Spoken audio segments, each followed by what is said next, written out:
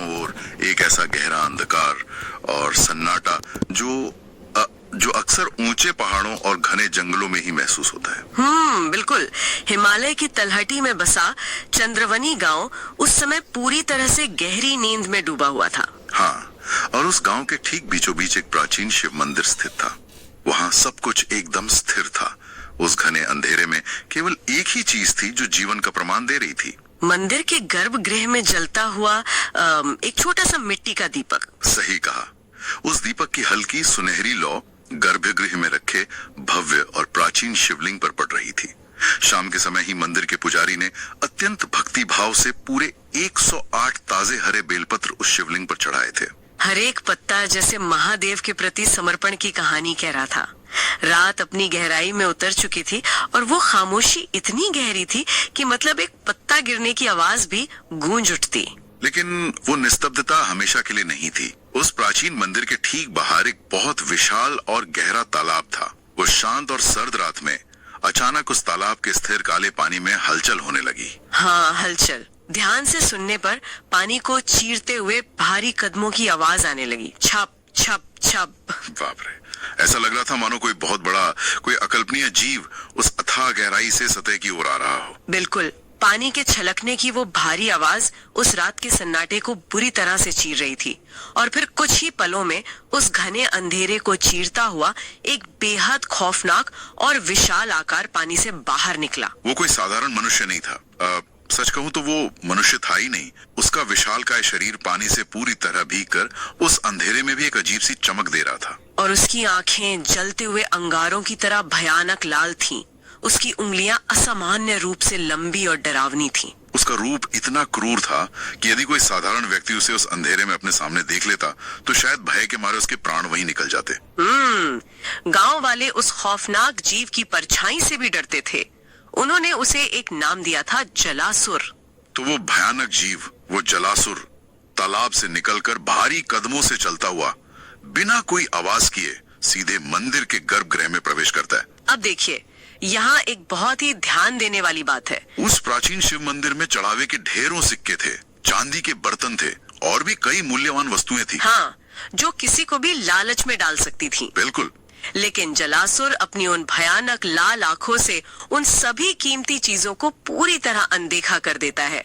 वो धीरे धीरे शिवलिंग के पास जाता है और अपने कांपते हुए विशाल और खुरदुरे हाथों को आगे बढ़ाता है और शिवलिंग पर चढ़े उन 108 बेलपत्रों में से केवल और केवल एक बेलपत्र उठाता है। बस एक बेलपत्र। हाँ, और फिर उतनी ही खामोशी से बिना किसी और वस्तु को छुए वापस मुड़कर उस तालाब के गहरे पानी में हमेशा की तरह समा जाता है। और ठीक इसी क्षण से हमारी इस कथा का सबसे बड़ा और सबसे गहरा रहस्य जन्म लेता है।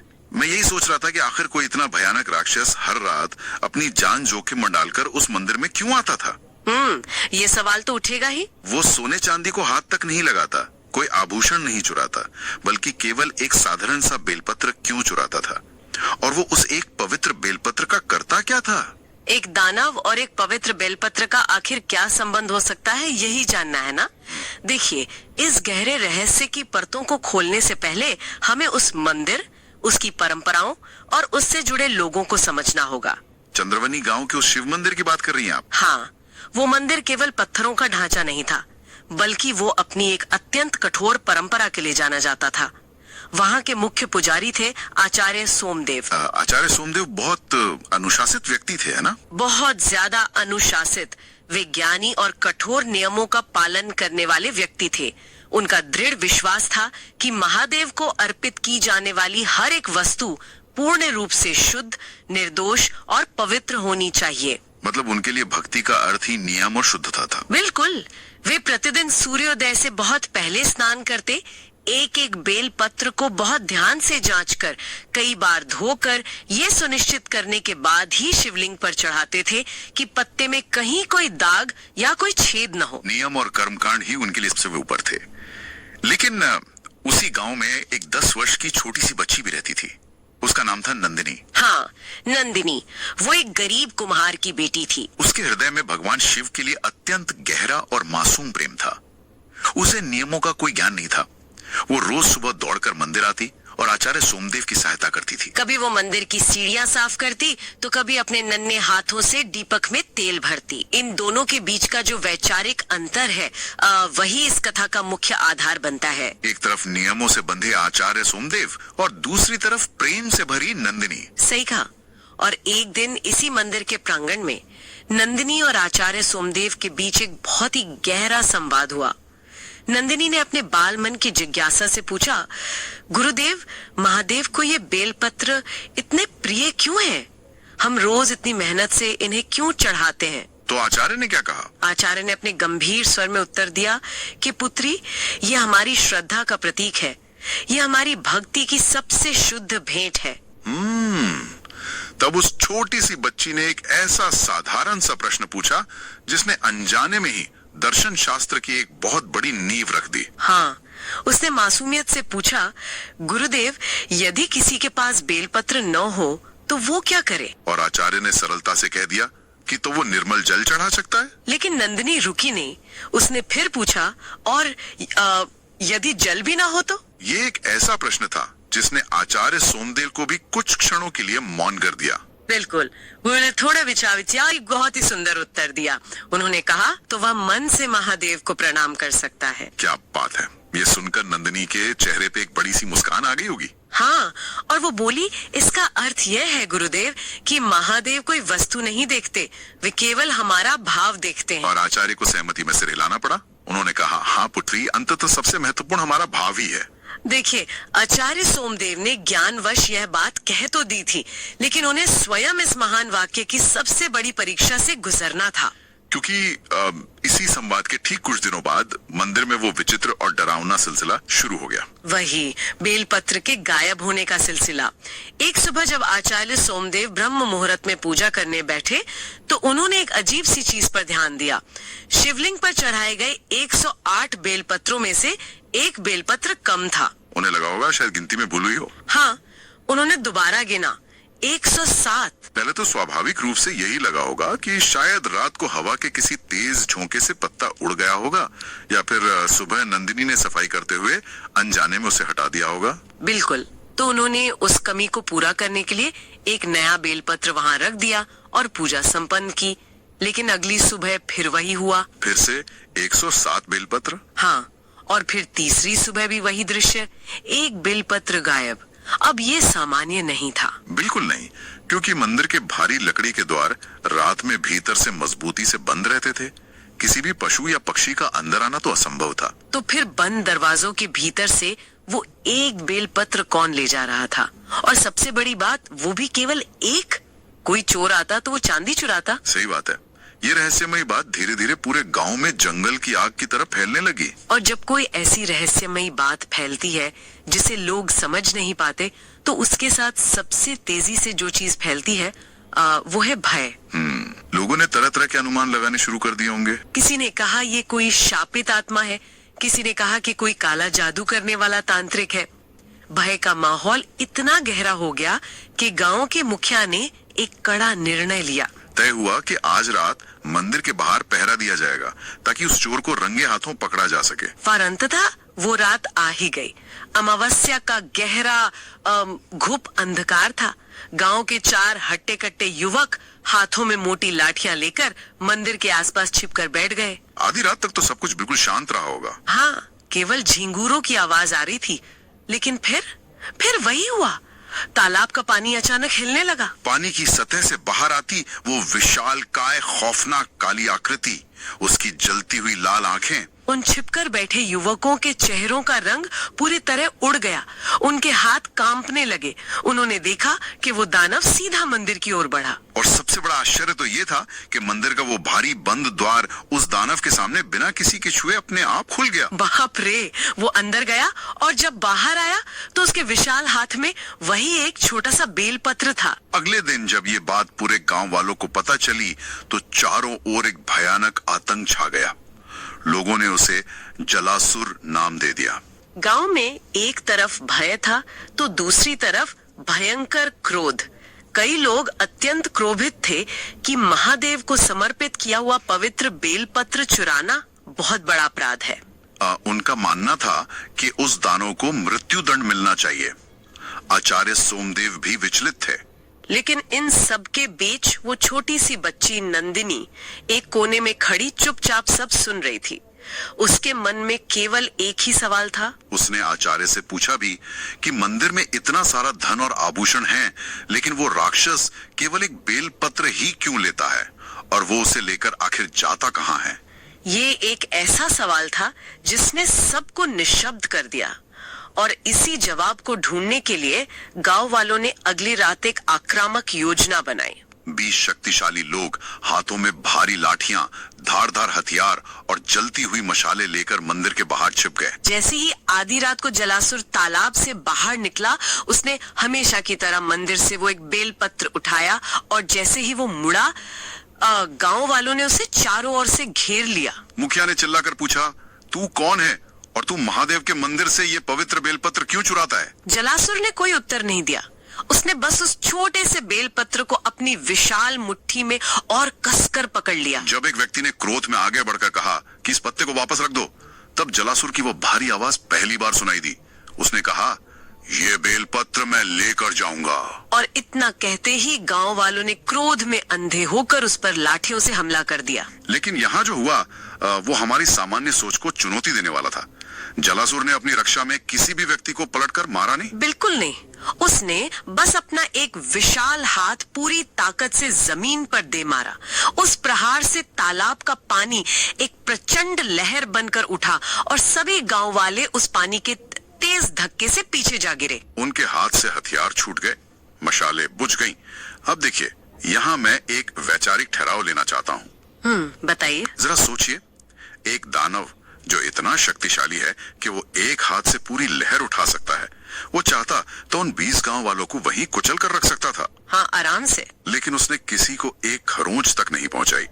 जो दानव बाहर से इतना क्रूर और भयानक दिखता है, उसके भीतर ये असीम संयम कैसा? क्या बाहरी कुरूपता हमेशा भीतरी बुराई का प्रमाण होती है? ये बहुत ही गहरा प्रश्न है। हम अक्सर बाहरी रूप रंग से ही चरित्र का मूल्यांकन कर लेते हैं। गांव वालों ने उसकी डरावनी सूरत देखकर उसे एक हिंसक दानव मान लिया था। लेकिन किसी ने उसकी उस करुणा को नहीं देखा।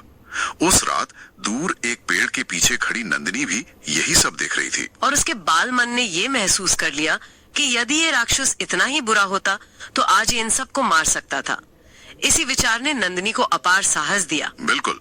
और फिर अगली रात नंदिनी अकेले तालाब के पास एक पुराने पेड़ के पीछे छिप गई। जब जलासुर ने मंदिर से बेलपत्र लिया तो वो उस रात वापस तालाब में नहीं गया।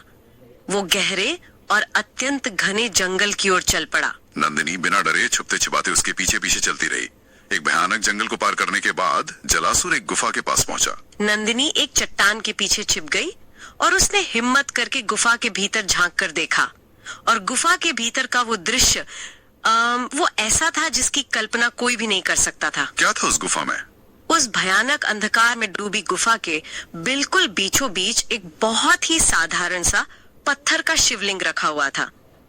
उसके सामने मिट्टी का एक छोटा सा दीपक टिमटिमा रहा था, और वो विशालकाय दानव, जिसे सब जलासुर कहते थे, वो उस छोटे से शिवलिंग के सामने अपने घुटनों के बल बैठ गया। उसने अपने दोनों हाथों को जोड़ा जिसमें वो चुराया हुआ बेलपत्र था, और फिर उसकी वे भयानक लाल आंखें बंद हो गईं, और फिर उन अंगारों जैसी आंखों से आंसुओं की एक अविरल धारा बहने लगी। वो फूट फूट कर रोने लगा। एक राक्षस का रोना, ये तो हमारी धारणाओं के बिल्कुल विपरीत है। एक दानव का एकांत में एक छोटे से शिवलिंग के सामने किसी असहाय बच्चे की तरह रोना, ये दृश्य तो किसी को भी भीतर तक झकझोर दे। हाँ, और उसके शब्द उससे भी अधिक हृदय विदारक थे। अत्यंत दर्द भरे स्वर में वो दानव बोला, महादेव, आज भी मेरे पास आपको देने के लिए अपना कुछ नहीं है। बाप रे, एक दानव जिसे पूरी दुनिया नफरत की दृष्टि से देखती है, वो एकांत में अपनी लाचारी पर रो रहा था। और उसी समय अनजाने में नंदिनी के पैर के नीचे एक सूखी टहनी आ गई और वो टूट गई। आवाज होते ही जलासुर पलटा। नंदिनी डर गई होगी एक पल के लिए, लेकिन उसने हिम्मत जुटाई और पूछा, आप ये बेलपत्र यहाँ चढ़ाते हैं, लेकिन आप इसे मंदिर से चोरी क्यों करते हैं? जंगल में तो ढेरों पेड़ हैं, आप सीधे पेड़ से पत्ते क्यों नहीं तोड़ लेते? तो जलासुर ने क्या उत्तर दिया? जलासुर की वे लाल आंखें शर्म से झुक गईं। उसने कांपते हुए स्वर में कहा, मैं उन पेड़ों को छू नहीं सकता। मतलब वो पेड़ों को क्यों नहीं छू सकता था? हान तपस्वी का घोर अपमान कर दिया। तपस्वी ने उसे श्राप दिया कि जिस दिन तुम्हें अपनी भीतरी अशुद्धता दिखाई देगी, तुम्हारा बाहरी रूप भी विकृत हो जाएगा। और जैसे जैसे उसे अपना अहंकार दिखने लगा, वो आत्मग्लानि से भर गया और उसका रूप भयानक हो गया। बिल्कुल। और सबसे बड़ी त्रासदी ये हुई कि वो स्वयं ये मान बैठा कि वो इतना पापी हो चुका है कि भगवान के सामने जाने की योग्य ही नहीं रहा। अच्छा, तो यही उसके बेलपत्र चुराने का असली कारण था। हाँ, उसे लगता था कि यदि वो अपने इन पापी हाथों से जीवित पेड़ से बेलपत्र तोड़ेगा तो वो पेड़ भी अपवित्र हो जाएगा। उसने मंदिर के बाहर आचार्य सोमदेव को ये कहते सुना था कि महादेव को अर्पित होने के बाद हर वस्तु पवित्र हो जाती है। तो वो मंदिर से पवित्र बेलपत्र चुराने लगा ताकि वो कम से कम एक पवित्र वस्तु महादेव को चढ़ा सके। ये कितनी पीड़ादायक बात है। सच में ये तो बिल्कुल वैसा ही है जैसे कोई दर्पण धूल से ढक जाए और मान ले कि अब वो प्रकाश को प्रतिबिंबित करने के योग्य ही नहीं रहा। सही कहा आपने। आत्मग्लानि हमें इतना अंधा कर देती है। जब नंदिनी ने पूछा कि वो सीधे मंदिर में जाके पूजा क्यों नहीं करता, तो जलासुर ने कहा कि मेरे इस भयानक रूप को देखकर कौन मुझे मंदिर में आने देगा। तब उस बच्ची ने एक ऐसा बेबाक सवाल पूछा जिसने सब कुछ बदल दिया। नंदिनी ने पूछा, लेकिन क्या महादेव ने आपको रोका? आप लोगों से डरते हैं या महादेव से? मेरे गुरुदेव कहते हैं कि महादेव वस्तु नहीं भाव देखते हैं। और जब जलासुर ने कहा कि मेरे हाथ अपवित्र हैं, तब नंदिनी ने क्या कहा? नंदिनी ने तर्क के साथ कहा, फिर जिस बेलपत्र को आपने इतनी देर से पकड़ा है वो अपवित्र क्यों नहीं हुआ? वो अभी भी वैसा ही क्यों है? क्या बात है? ये सुनकर जलासुर तो स्तब्ध रह गया होगा। बिल्कुल। अगले दिन नंदिनी दौड़कर मंदिर गई और उसने आचार्य सोमदेव को सब कुछ सच सच बता दिया। गुफा का दृश्य, जलासुर का रोना, सब कुछ। आचार्य सोमदेव की क्या प्रतिक्रिया थी? वे बहुत देर तक मौन खड़े रहे। उन्हें अपनी ही बात याद आ गई। महादेव वस्तु नहीं भाव देखते हैं। उन्होंने एक ऐतिहासिक निर्णय लिया। गांव वालों को आदेश दिया कि आज रात जलासुर को मंदिर में आने से कोई नहीं रोकेगा। रात हुई और जलासुर हमेशा की तरह मंदिर पहुंचा, लेकिन आज भारी द्वार पहले से ही खुले हुए थे। गर्भगृह में आचार्य सोमदेव अकेले बैठे थे। उन्होंने बेलपत्रों से भरी टोकरी उठाई और जलासुर के सामने रख दी। उन्होंने कोमल स्वर में कहा, आज चोरी करने की कोई आवश्यकता नहीं है। जलासुर घबराकर पीछे हटने लगा होगा। उसने कहा होगा कि मैं एक राक्षस हूँ, मैं अशुद्ध हूँ। हाँ, तब आचार्य ने उसकी आंखों में देखकर पूछा, किसने कहा कि तुम अशुद्ध हो? क्या लोगों ने कहा या महादेव ने कहा? और जलासुर ने रोंधे हुए गले से कहा कि मैं हर रात बेलपत्र बस इस आशा से ले जाता हूँ कि शायद किसी जन्म में महादेव मुझ जैसे पापी को स्वीकार कर लें। तब आचार्य सोमदेव ने वो सबसे गहरी बात कही। उन्होंने कहा, शायद समस्या ये नहीं है कि महादेव ने तुम्हें स्वीकार नहीं किया। समस्या ये है कि तुमने स्वयं को स्वीकार करना छोड़ दिया है। तुमने अपनी ग्लानि को ही अपना भगवान मान लिया है। ये बहुत गहरी बात है। हम अक्सर सोचते हैं कि ईश्वर हमसे रूठ गए हैं, जबकि असल में हम खुद अपनी कमियों के कारण खुद से रूठ जाते हैं। बिल्कुल। आचार्य ने उसे एक ताजा बेलपत्र दिया और कहा, आज इसे पूरे अधिकार से चढ़ाओ, ये तुम्हारा है। जलासुर ने बेलपत्र उठाया, लेकिन फिर अचानक उसका हाथ रुक गया। उसने वो पत्ता वापस टोकरी में रख दिया। हाँ, और उसने जो कहा वो बहुत मार्मिक था। उसने कहा, क्योंकि आज ये बेलपत्र मेरा नहीं है, ये आपके द्वारा शुद्ध किया हुआ है। वो तुरंत मंदिर से बाहर निकला और जंगल की ओर भाग गया। वहाँ उसने किसी जीवित पेड़ से पत्ते नहीं तोड़े, बल्कि जमीन पर गिरा हुआ, धूल में सना हुआ एक साधारण सा बेलपत्र उठाया। उसे अपने हाथों से धोया और वापस मंदिर लौट आया।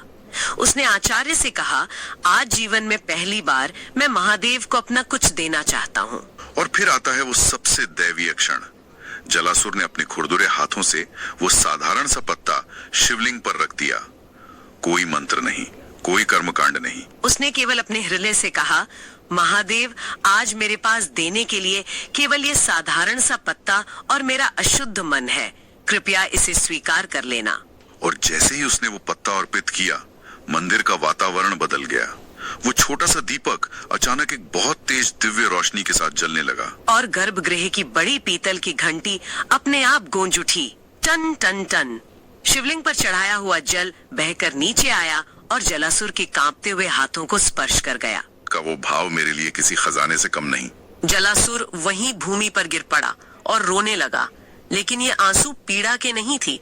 उसका विकृत रूप तुरंत सुंदर राजकुमार में नहीं बदला, लेकिन उसके चेहरे पर पहली बार असीम शांति थी। क्योंकि उसकी सबसे बड़ी मानसिक बेड़ी टूट चुकी थी। उसे समझ आ गया था कि महादेव ने उसे कभी दूर किया ही नहीं था। और ये शांति बाहर भी दिखी। अगले दिन उसने तालाब के किनारे की गंदगी साफ की, गांव की नहरों को ठीक किया। और धीरे धीरे लोगों के मन का वो डर खत्म हो गया। जो कल तक एक दानव था, वो आज उनका रक्षक बन गया। देखिए, इस कथा का मर्म बहुत गहरा है। हम अपनी भक्ति को केवल भौतिक वस्तुओं से मापते हैं, लेकिन ईश्वर के दरबार में वस्तु पहुंचने से पहले भाव पहुंचता है। बिल्कुल। यदि जल भी ना हो तो एक बेलपत्र पर्याप्त है, और बेलपत्र भी ना हो तो जुड़े हुए हाथ और निर्मल मन ही सबसे बड़ा चढ़ावा है। सही कहा आपने। और हमें ये भी सोचना चाहिए कि सच्ची भक्ति दैनिक व्यवहार में दिखनी चाहिए। यदि हम शिवलिंग पर गंगा जल चढ़ाएं, लेकिन बाहर किसी प्यासे को अनदेखा थक दें, तो हमारी भक्ति ने हमें बदला ही क्या। जहां आडंबर समाप्त होता है, सच्ची भक्ति वहीं से शुरू होती है। और यदि हम किसी व्यक्ति का बाहरी रूप देखकर उसे जीवन भर के लिए जज कर लेते हैं, तो हम गलत हैं। हर क्रोध के पीछे एक अनकही पीड़ा होती है। महादेव केवल बाहरी संसार का नहीं, हमारे भीतर बैठे अहंकार का भी विनाश करते हैं। चंद्रवनी गांव में तो शांति लौट आई थी, लेकिन उन ऊंचे पहाड़ों के पार एक और राक्षस का आतंक बढ़ रहा था। एक ऐसा राक्षस जो लोगों के मन की शांति छीन लेता था। क्या आप बात कर रहे हैं? हाँ, कहा जाता है कि उसके सामने जितना कोई क्रोधित होता, वो दानव उतना ही अधिक शक्तिशाली हो जाता था। क्या संसार का सबसे बड़ा क्रोध क्षमा की शक्ति के सामने टिक सकता है? यह रहस्य हम जानेंगे शिव और राक्षस की अगली कथा में। ओम नमः शिवाय। हर हर महादेव। ओम नमः शिवाय। हर हर महादेव।